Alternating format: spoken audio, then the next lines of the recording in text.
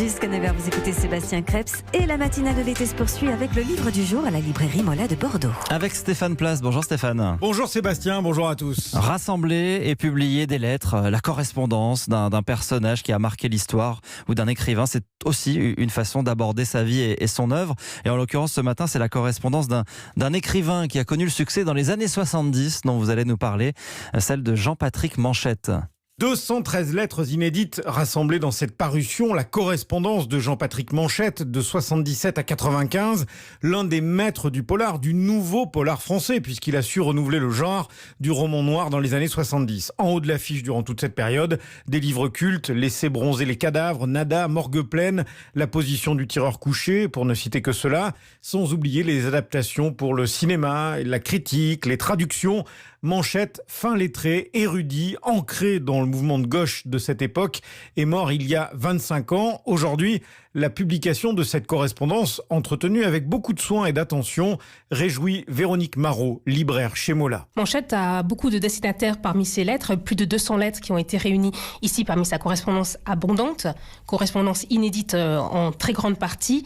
Destinataires prestigieux, on rencontre James Ellroy, Robin Cook, Jean Echnoz, Ross Thomas, Pierre Signac, donc des amis, des gens qu'il traduit, qu'il apprécie la plupart du temps. C'est vraiment des lettres qui font voir à la fois l'homme, le laboratoire intime de l'écrivain, mais aussi l'époque, ces années 70, 77, 95, puisque ça s'arrête brutalement avec sa mort.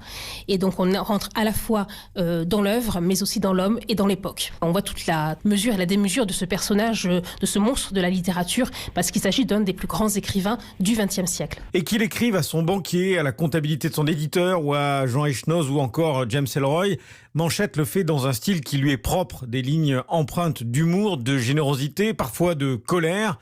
Gilles Magnon, universitaire bordelais, spécialiste du roman noir. La correspondance, elle permet d'éclairer un moment qui est peu connu. C'est le moment justement où, à peu près, Manchette cesse de publier des romans après 1982. Cette correspondance, elle permet justement de voir que Manchette, à cette époque-là, ne cessait pas du tout d'écrire. Il bloquait des moments, des journées, etc. pour faire sa correspondance. C'est-à-dire qu'on le voit quand on regarde les lettres tapées à la machine, il y a un énorme soin porté à cette écriture-là. Le fait aussi de ne pas considérer qu'une forme d'écriture soit inférieure à une autre forme d'écriture. L'idée, c'est toujours de parler, ce qu'il voulait faire au départ avec les romans, de communiquer à quelqu'un, d'échanger des choses, etc. Voilà. Donc la correspondance devient quelque chose d'absolument capital. Une liberté de ton qui caractérise la correspondance de Jean-Patrick Manchette de 77 à 95. Ces lettres du mauvais temps, c'est le titre de ce livre. Et c'est aux éditions de la Table Ronde. Voilà pour le choix lecture de Stéphane Place ce matin qu'on retrouve tous les jours